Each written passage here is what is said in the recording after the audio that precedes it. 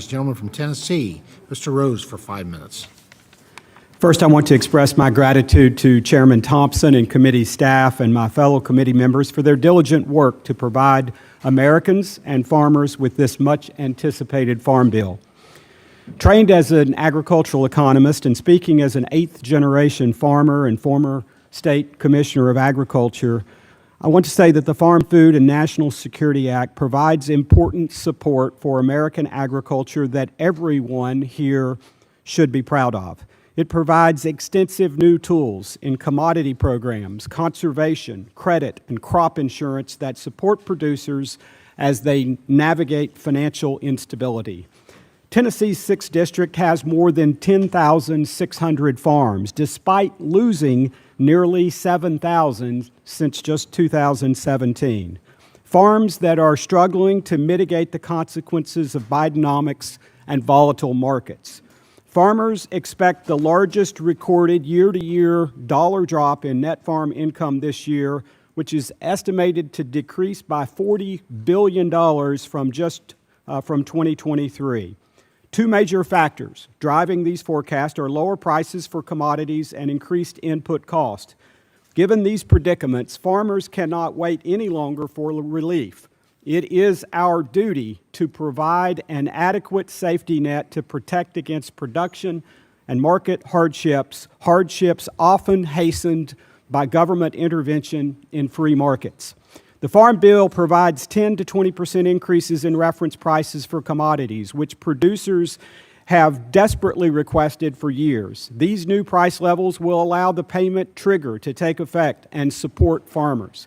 The bill also expands the number one risk mitigating instrument producers have, which is crop insurance. The supplemental coverage option of crop insurance is enhanced to provide up to 90% coverage.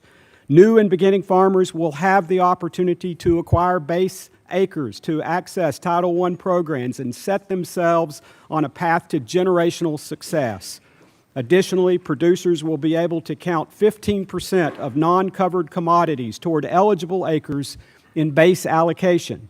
Livestock producers will be better accounted for by the increased payment rate for losses caused by federally protected species and the additional resources granted to the National Animal Vaccine and Veterinary Countermeasures Bank.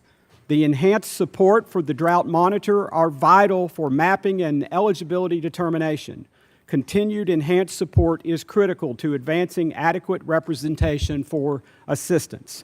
Loan caps are increased in the credit title to better accommodate the inflated cost of assets and allow beginning farmers access to the startup capital they desperately need.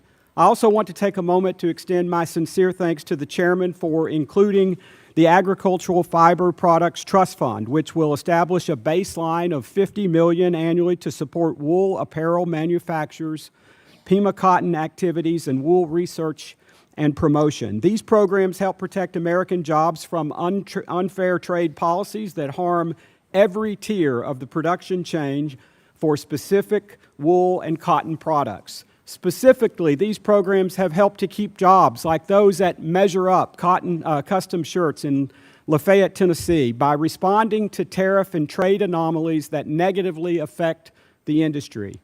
These are more than wins. These are necessities. Mr. Chairman, I ask unanimous consent to submit to the record a letter from wool and cotton industry leaders, 63 of them, supporting these provisions. Without objection. Now, I would also like to take a moment, thank you, Mr. Chairman, to dispel any rumor that this legislation cuts benefits to those in need. Saving and cutting are not the same. By reining in executive overreach and preventing future circumvention, the $27 billion in nutrition savings is reinvested into the Farm Bill.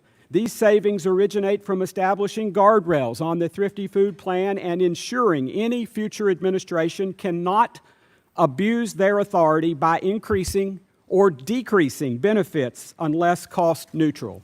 Mr. Chairman, I ask for unanimous consent to submit for the record a letter of support for the Farm Food and National Security Act of 2024 from the Tennessee Farm Bureau Federation.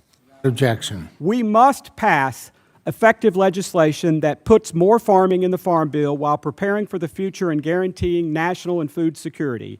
We must also note that we enjoy as Americans the most abundant, affordable, and safest supply of food and fiber in human history. With that, I yield back.